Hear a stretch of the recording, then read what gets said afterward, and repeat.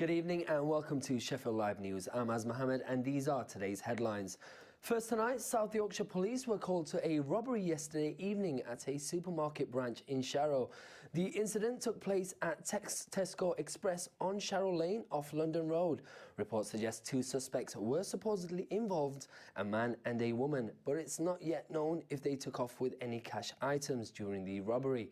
Police were also unable to confirm whether or not firearms were used. Anyone with any information should call the police on 101. Sheffield City Council have been given the go-ahead for a new bridge to be built over the River Don at Kelham Island. The bridge is intended to provide pedestrians and cyclists with an easier route from Ball Street to the famous museum, as well as offering those using the bridge wonderful wildlife views and of the works, which is being transformed into new apartments and restaurants. The news comes as Sheffield is in a key stage of development, with the Castle Markets being transformed, the more welcoming new restaurants, shops and a cinema, as well as a Chinatown currently in construction. Rotherham City Council are cracking down on the misuse of blue badges after another successful prosecution in the Rotherham Town Centre. Linda Lewis, aged 51 of Jardine Close, Sheffield, pleaded guilty in court for using her mother's blue badge. When inquiries were made at the time of the offence, Linda claimed she had dropped her mother off at Tesco and was on her way to collect her. An investigation later proved that her mother was at home and had not used the badge all day. Lewis appeared before Rotherham magistrates on Monday the 25th of January and was fined £125 with £180 costs and £20 victim surcharge. Rotherham councillor Denise Lilliot said, "This is a further example of a blue badge being used for the convenience of people who are not entitled to use them." She also added, "Drivers need to consider whether it's worth risking a criminal record to avoid putting 50p or a pound in a pay and display machine. If we catch drivers using blue badges without the named holder present, we will prosecute where it is in the public interest to do so." Sheffield Tramlines is back once again this summer, and many will be excited at who is headlining the event this year. Some of the talent so far on the bill are Dizzy Rascal, Dawn Penn, Field Music and Little Sims. The annual event will run across multiple venues between July 22 and 24th. Tickets for the festival are on sale now, and 2016 will bring an introduction of individual day and night tickets to cater to a wider audience. And on to sport now, and both Sheffield teams are in action this weekend. Wednesday will play Birmingham away, whilst United welcome Wigan Athletic to Bramall Lane. Both teams are hoping to secure a win to help them seek promotion. Barnsley also play this evening away to Fleetwood Town in the Football League Trophy semi-final at the Highbury Stadium. Now, it's time for the weather with Catherine Smiles.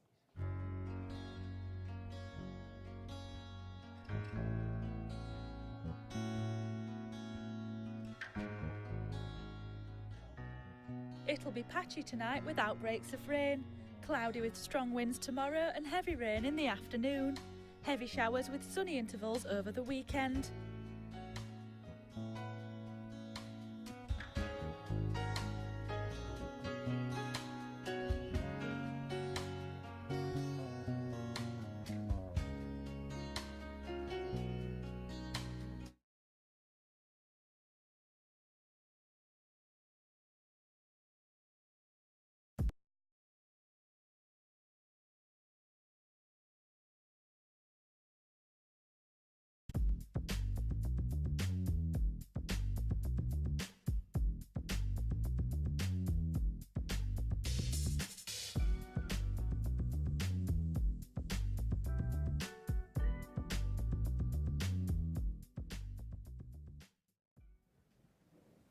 Welcome along again. I'm delighted to say that we've got a lot of goals in the studio here at Sheffield Live tonight. Sitting on the two sofas here, we have a precise tally, well, over 300 goals in fact. I think to be precise, we've got 316 goals in this studio this evening. I wish I'd got even one of them. John Pearson, ex-Sheffield Wednesday and Leeds United. Keith Edwards, ex-Sheffield United and Leeds United, and it coincides that the one season, Keith, that you spent at Elland Road, you had him to put up with. Yeah, it was nice. I was pleased to see him. He was, I mean, to be fair, John did a bit better than me on that time, but he come and took my place. So I wasn't expecting that. I think we were bought to play together, but at the time I wasn't playing too well, and he likes to remind me of that as well. And how nice of you not to chip in when I said it was 316 goals, to say that you scored all bar 315. I reckon my all bar 60. 306, so well done for getting them 10. Well, I don't know if it counts in the second and third and fourth division, does it? God, we've had that happen a few times, haven't we? We've got a lot to talk about, not least the contrasting fortunes of the two Sheffield clubs at the moment. Keith Edwards is a professional summariser on Radio Sheffield. He's getting a slightly reduced fee for being here tonight. Getting paid what he's worth. Yeah, slightly, yeah. A standard post-programme fee across the road in the pub if you wish to partake. And John Pearson, well, in fact, you work on Sheffield Wednesday. You've got a little job on hospitality at Hillsborough. You're also on the commentary team, aren't you, with Mr. O'Neill? Yeah, we do the home games on the Wednesday Player, which is not working really well this year. The service has been really poor, but technical problems, nothing to do with the club. But anyway, let's hope that's sorted out as ASAP. And then back on the radio again, been doing that for the last 2 seasons, but not just me. It's spread out. I seem to get the Brighton on a Tuesday. I don't know why Brian Laws don't fancy that, but for some reason, I get all those long trips. You get all the long trips, yeah. I think Brian's got Birmingham on Saturday. So. Oh, that's close enough for him, is it? That'd be nice, yeah. So these two guys here, they know what they're talking about. They watch the Blades and the Owls on a regular basis, so you're a fount of all knowledge. Just before we talk about that, just that one season at Leeds, I mentioned it briefly. Did you form an effective partnership? I was thinking you'd be about right, the big guy and the little poacher. Well, yeah, it was fine. As I've already conceded that I didn't play too well that season, but I did chip in with a few goals. The good thing about playing with John whenever he took me place was I always knew we weren't going to score and he was going to come off. That allowed me to go on and score. Yeah. So I got a little bit of glory through that. But no, we did well, and we would if Leeds possibly had a slightly different style of play, I think we would have both benefited from that. Right. But we couldn't have changed Leeds. There was too many great players then. John Sheridan, Snoddins, and people like that.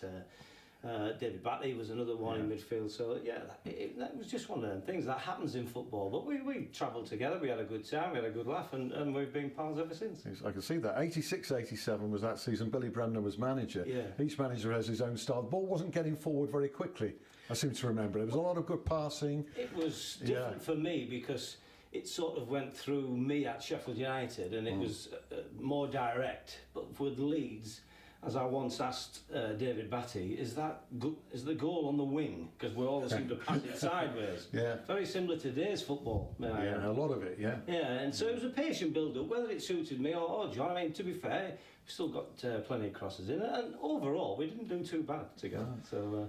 Yeah, I enjoyed that time. It was, it was really good. I mean, if I wasn't playing up front with Keith, I was playing up front with Ian Baird. And Ian Baird was sort of a mixture of me and Keith. He was like a hard man, but he could do the Keith's bit as well. But I just found that when I was there, that I was doing doggies across the 18-yard box because once I'd gone there waiting for the cross, it got past and went round the other side. So then I'm going back to the other side, and in the end, you started getting fed up because the ball's not coming in. And so I didn't think we did get enough crosses in. And I used to say, look, I know what we'll do. Let's do something different. Let's cross the balls in a few times. I'll let it down. Either Keith or Baird will score, and then I'll come off or whatever, and then you can start playing all your football and stuff like that and do the fancy stuff. But nobody really listened to that. No. Well, you've come off the bench again tonight. It really is. Ross the Boss Birkinshaw, boxer, was due in. Both you two guys are second timers in the studio. Really, really grateful when people come back. You've been saying ever since you arrived here, you're never going to do it again. ever. That was only joke. I just had a stressful day. So don't forget we have to work. Yeah, you've been driving, yeah? Yeah. Long distances? No, not too far. Not too far today? Sleep for about 2 hours. Have you? What, at the wheel? At the wheel? I've done that once and it didn't work out right well. Right, now, people will think I've brought you in tonight as a hatchet man because things aren't going great at Sheffield United, to say the least at the moment. The truth is, we arranged this a few weeks ago. Just so happens you're Johnny on the spot, as you often were on the field of play, to talk about maybe, first of all, overall 8th in the table. That's not good enough, is it, in anybody's language? No, to be fair, it's not. Entertainment value has been pretty basic as well. I still think we've got an opportunity to get there on playoffs and put people under pressure. This manager is very well known for having a good second half of the season.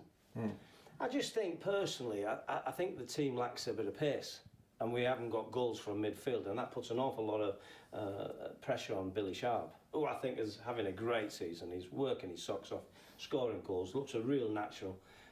So I'm enjoying some of it, but as you say, it's a tad frustrating when you look at the teams at the top, such as Burton, Gillingham, and teams like that, and you think, well, we should be above them. But you know what?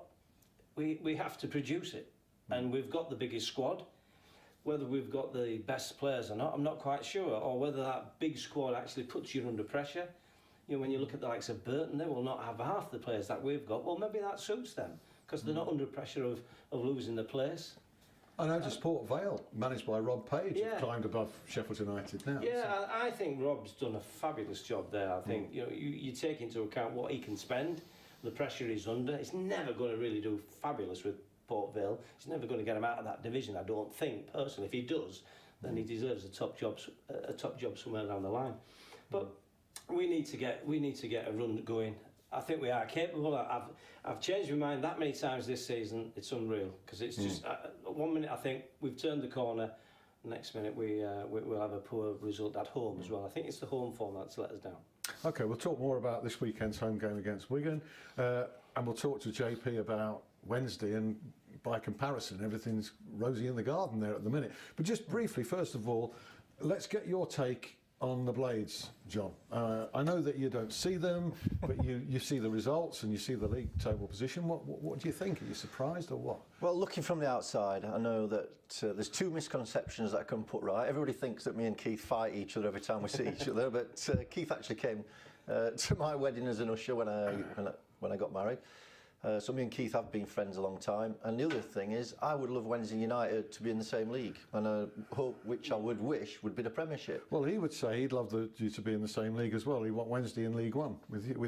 That's well, what he'd say. I would go the other way. I think the Championship is a fabulous division. Yeah, you know, it's really tough division to say who's going to try and pick 3 winners out of this week's games. It's really tough. But I agree with John. We need to be up there, and it's us who's letting Sheffield down a little bit. But obviously, I would want Wednesday to win both games 6-0, and United to finish 4th bottom, so they didn't go down again, and us to finish. Well, if we win the Premiership, so. But you've got to be looking across the city, thinking. I mean, pre-season, I'm guessing even Owls would think. Yeah. They're going up. You'd think when Nigel Adkins came in, I thought, you know, United have got a really good chance, and I'm not saying they haven't, because I really don't follow United. You know, I follow United as much as I follow Tranmere Rovers or anybody else. So I don't. The only delight I get is I've got mates with United nights, and I can have a good banter with them. So I see them on a Saturday night and have a laugh at them. Yeah. But apart from that, it doesn't matter to me. I wish we were both in. I wish that all the local sides, Leeds, Barnsley, wish we were all up there. We should be the powerhouse, not Manchester, where you've got Man United, Man City, you've got Liverpool, Everton. Well, it should be across here. I wish it was. We'll get Keith on Blades in some depth in a bit. But first of all, on Owls, you made an admission before the programme about... I don't mind. I don't have a problem with that. I think they're punching above the weight. I mean, you might disagree with that because you might expect that they're going to be thereabouts, but I personally didn't see that coming at all. I thought it was... So why do you think we're punching above our weight? Because I didn't... I didn't like the manager, the appointment of the manager, because his previous record wasn't good. And there's no reason for me to think that you were going to be in the top 6 because you hadn't been there before. So you haven't been pushing on the door for a few seasons to get into the playoffs, and you know, so therefore I think most people are fairly surprised. But I liked what you said earlier on about having pals as, you know, I've got a lot of pals who are Wednesdayites, and it's funny how that works out. And it's great having banter with them. I would always want the banter between Sheffield United and Sheffield Wednesday. But they've said there's great energy in that club, you know, with the players, and he's got them going forward. So credit to him. I'll hold my hands up and say that I didn't see that coming, but and they are doing well. Whether they can push it that little bit further and all about the playoffs and how difficult it is. I reckon they're punching their weight on what they've spent. They're where they should be, and there's power to they've spent a few quid. They've spent a lot. And Gary Hooper now then, one of the most recent signings, £3 million plus from Norwich. You saw one of his very early games at Scunthorpe, for BBC Radio Sheffield. Yeah, and what did you say at the time? Little claim to fame. 25 minutes into the game, I said, "What a player!" I think he'd come from Southend for 100,000, which was a lot for Scunthorpe, to be fair. I just thought he was a fabulous player. And I said at the time, just go out and sign him. See a bit of yourself in him? No, I was a lot quicker. Because I think the reason why I mentioned that was not to, to bull me up. It was to basically to make the point. I think if he had pace, I think he would be shooting. Well, he would be doing what at Leicester and knocking goals in as such, something like that. And I think he's a great signing for Wednesday, and I think he's a lovely little player. He links up, he brings people into the game, and he's got a good. He finishes goals, and that's what you need. That's what wins matches. I wish people would remind Sheffield United about that, because we don't have enough of that. Right, we'll get on to that in a moment. Okay. Get on to it now, in fact. How much is what goes on off the field? Does that affect what goes on the field? Because it's all a little bit of a mystery, and the board have taken a lot of flack following the failure to bring anybody in during the transfer window. Now, I find that flack understandable, because I think journalists were led to believe, and via us, supporters were led to believe, there would be signings, there was money available. The board say that bids were made that weren't accepted for players. We've only got their word for that. Yeah. So to what extent was Nigel Adkins hampered, if at all? How do you read it, the failure to bring anybody in during the window? Well, you've got to appreciate what the manager says, and he may have bid for 3 players, but trying to come to that division, if they're coming from a higher division, then you're basically asking a lot. Players today, I think in mine and John's time, you would have moved. If you weren't playing, you would be looking to get a move. And I didn't mind dropping a division to be playing and then get back up there. I was fine with that. I think players today just enjoy being part of a bigger club in a higher division and just not actually playing. I think that, to me, that's the impression I always get. I might be wrong on that, but I feel for Nigel on that side of it. But I also look at it and think, well, we have one of the biggest squads in that division. Yeah. We just haven't signed the right players prior to him coming. Yeah.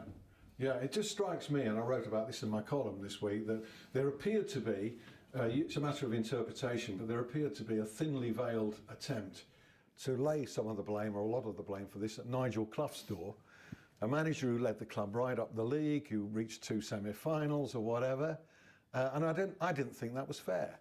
I don't think that's fair. I mean, I thought he was very harshly sacked. But you may have a different view. I don't know. What's your view? I think his style of football was poor. It bored me.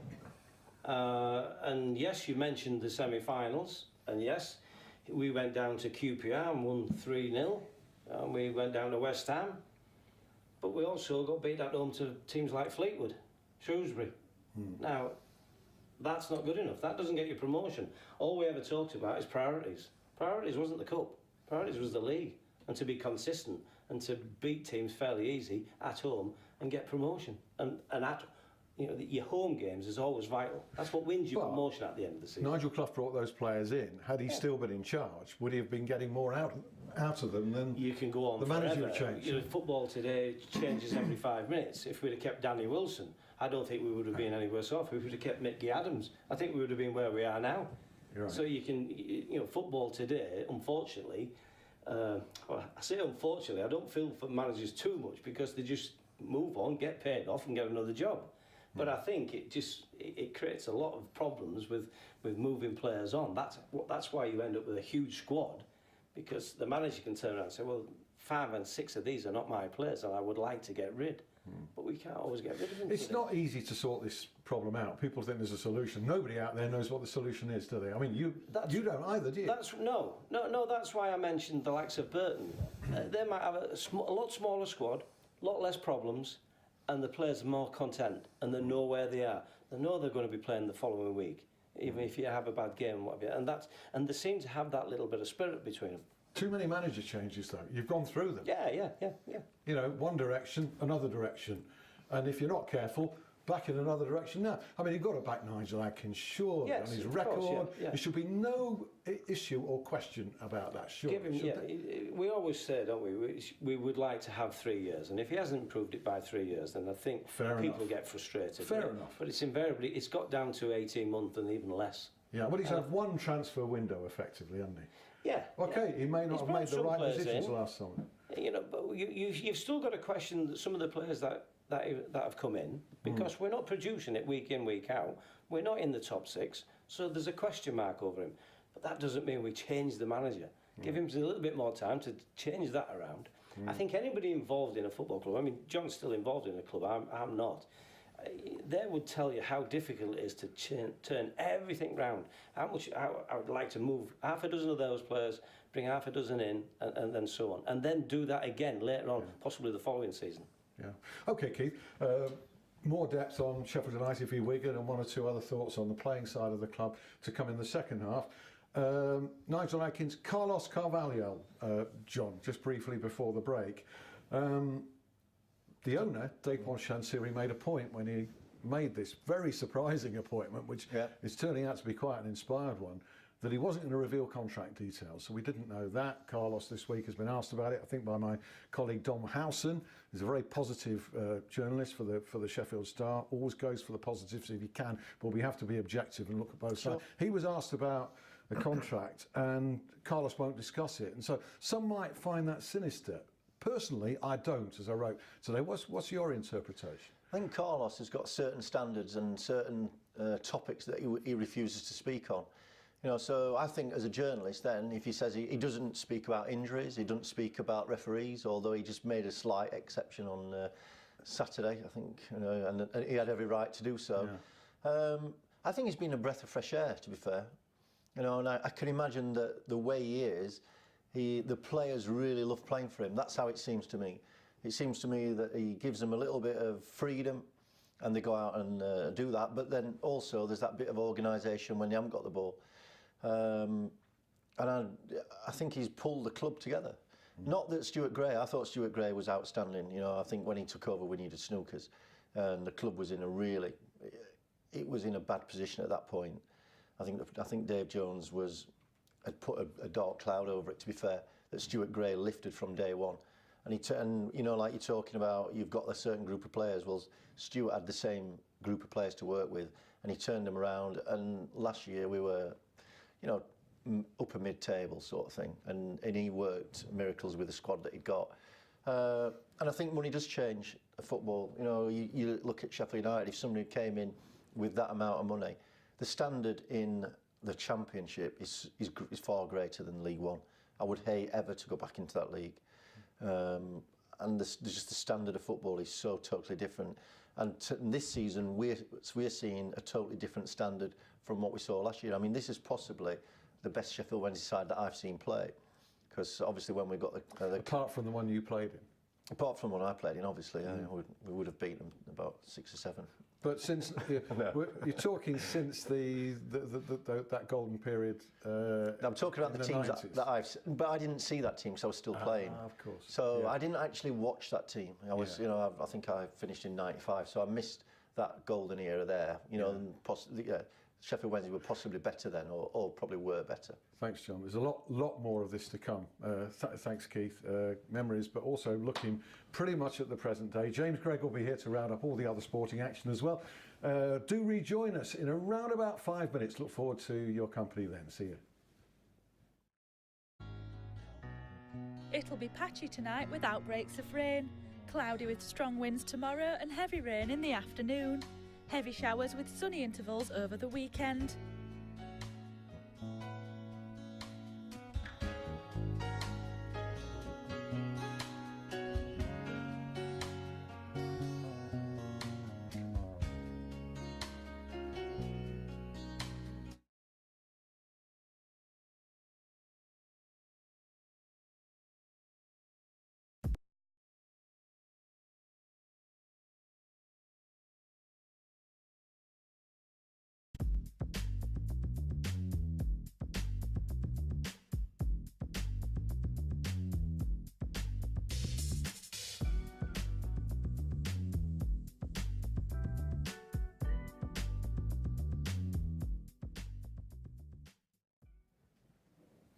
Welcome along again. I'm delighted to say that we've got a lot of goals in the studio here at Sheffield Live tonight. Sitting on the two sofas here, we have a precise tally, well, over 300 goals in fact. I think to be precise, we've got 316 goals in this studio this evening.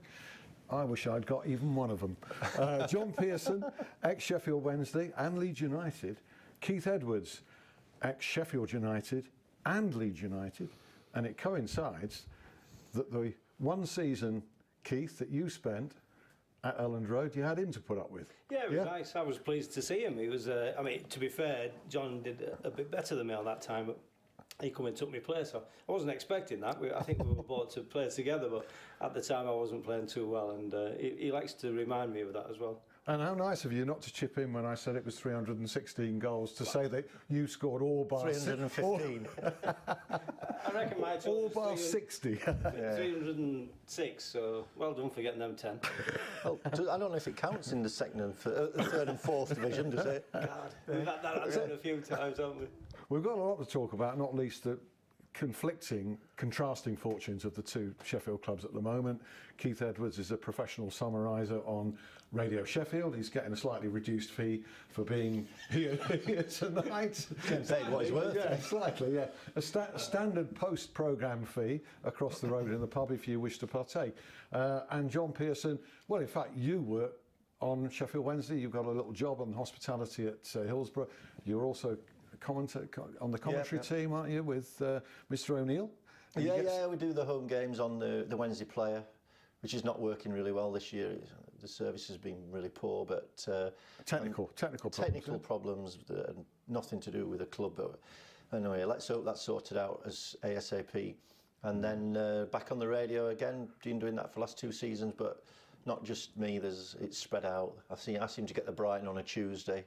I don't know why Brighton Laws don't fancy that, but for some reason, I get all those long trips. You get all the long trips, yeah. I think Brian's got Birmingham on Saturday. So. Oh, that's close enough for him, is it? That'd be nice, yeah. Match all day. Lewis appeared before Rotherham magistrates on Monday the 25th of January and was fined £125 with £180 costs and £20 victim surcharge. Rotherham councillor Denise Lilliot said, "This is a further example of a blue badge being used for the convenience of people who are not entitled to use them." She also added, "Drivers need to consider whether it's worth risking a criminal record to avoid putting 50p or £1 in a pay and display machine. If we catch drivers using blue badges without the named holder present, we will prosecute where it is in the public interest to do so." Sheffield Tramlines is back once again this summer, and many will be excited at who is headlining the event this year. Some of the talents so far on the bill are Dizzy Rascal, Dawn Penn, Field Music and Little Sims. The annual event will run across multiple venues between July 22 and 24th. Tickets for the festival are on sale now, and 2016 will bring an introduction of individual day and night tickets to cater to a wider audience. And on to sport now, and both Sheffield teams are in action this weekend. Wednesday will play Birmingham away, whilst United welcome Wigan Athletic to Bramall Lane. Both teams are hoping to secure a win to help them seek promotion. Barnsley also play this evening away to Fleetwood Town in the Football League Trophy semi-final at the Highbury Stadium. Now, it's time for the weather with Catherine Smiles.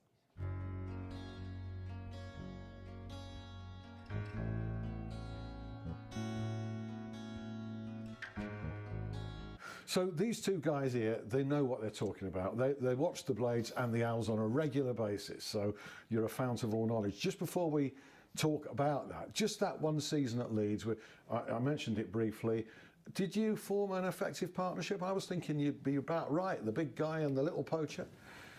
Well, yeah, it was fine. As I've already conceded that I didn't play too well that season, but I did chip in with a few goals. The good thing about playing with John whenever he took me place was I always knew we weren't going to score and he was going to come off. That allowed me to go on and score. Yeah. So I got a little bit of glory through that. But no, we did well, and we would if Leeds possibly had a slightly different style of play, I think we would have both benefited from that. Right. But we couldn't have changed Leeds. There was too many great players then, John Sheridan, Snoddins and people like that. David Batty was another one in midfield. So yeah, that was just one of them things that happens in football. But we travelled together, we had a good time, we had a good laugh, and we've been pals ever since. Yes, I can see that. 86-87 was that season. Billy Bremner was manager. Yeah. Each manager has his own style. The ball wasn't getting forward very quickly, I seem to remember. There was a lot of good passing. It was different for me because it sort of went through me at Sheffield United, and it was more direct. But with Leeds, as I once asked David Batty, is the goal on the wing? Because we always seem to pass it sideways. Yeah. Very similar to today's football. Yeah, a lot of it, yeah. Yeah, and so it was a patient build-up, whether it suited me or John. I mean, to be fair, we still got plenty of crosses in it, and overall, we didn't do too bad together. So Yeah, I enjoyed that time. Good evening and welcome to Sheffield Live News. I'm Az Mohammed and these are today's headlines. First tonight, South Yorkshire Police were called to a robbery yesterday evening at a supermarket branch in Sharrow. The incident took place at Tesco Express on Sharrow Lane off London Road. Reports suggest two suspects were supposedly involved, a man and a woman, but it's not yet known if they took off with any cash items during the robbery. Police were also unable to confirm whether or not firearms were used. Anyone with any information should call the police on 101. Sheffield City Council have been given the go-ahead for a new bridge to be built over the River Don at Kelham Island. The bridge is intended to provide pedestrians and cyclists with an easier route from Ball Street to the famous museum, as well as offering those using the bridge wonderful wildlife views and of the works, which is being transformed into new apartments and restaurants. The news comes as Sheffield is in a key stage of development, with the Castle Markets being transformed, the more welcoming new restaurants, shops and a cinema, as well as a Chinatown currently in construction. Rotherham City Council are cracking down on the misuse of blue badges after another successful prosecution in the Rotherham Town Centre. Linda Lewis, aged 51 of Jardine Close, Sheffield, pleaded guilty in court for using her mother's blue badge. When inquiries were made at the time of the offence, Linda claimed she had dropped her mother off at Tesco and was on her way to collect her. An investigation later proved that her mother was at home and had not used the badge.